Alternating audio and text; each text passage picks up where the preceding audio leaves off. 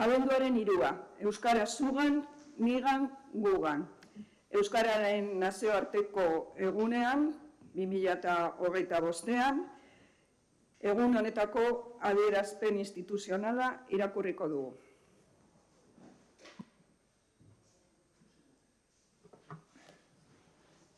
Euskarak bide luzea egin du.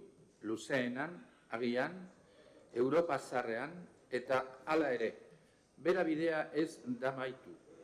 Bizirik dirau.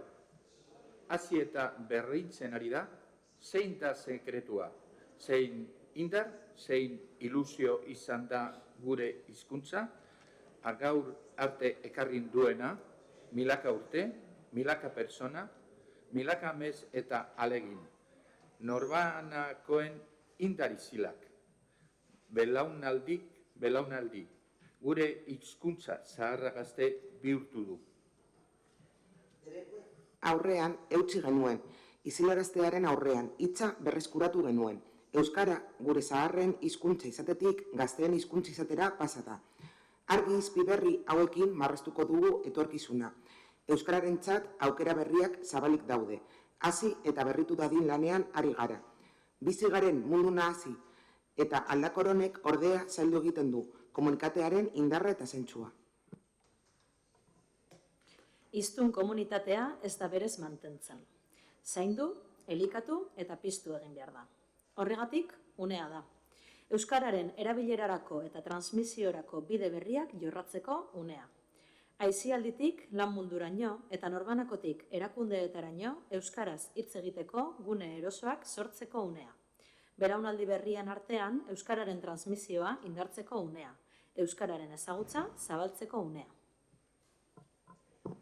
Erabilera sustatuko duen ingurune biziak zaindu eta berriak irabazteko unea.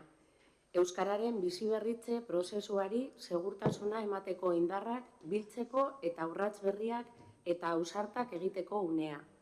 Asko dugu egiteko, badugu zer hobetu, eta prest gaude.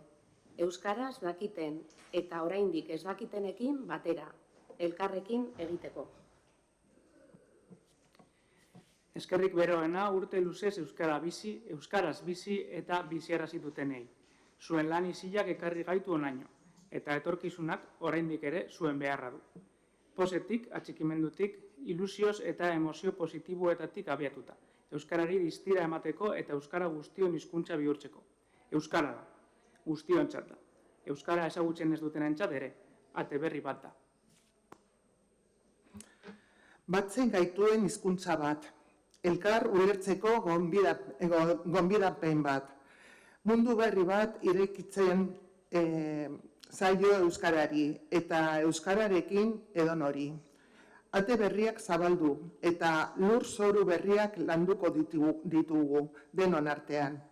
Hasi emankorragoak ditugu lur berria ereiteko. Atzeak erakutz diezagula aurrean nola dantzatu. Norberetik hasita egingo dugu bidea, guztion baitago, euskararen jauzia, zugan, nigan, gugan. Eskerrik asko.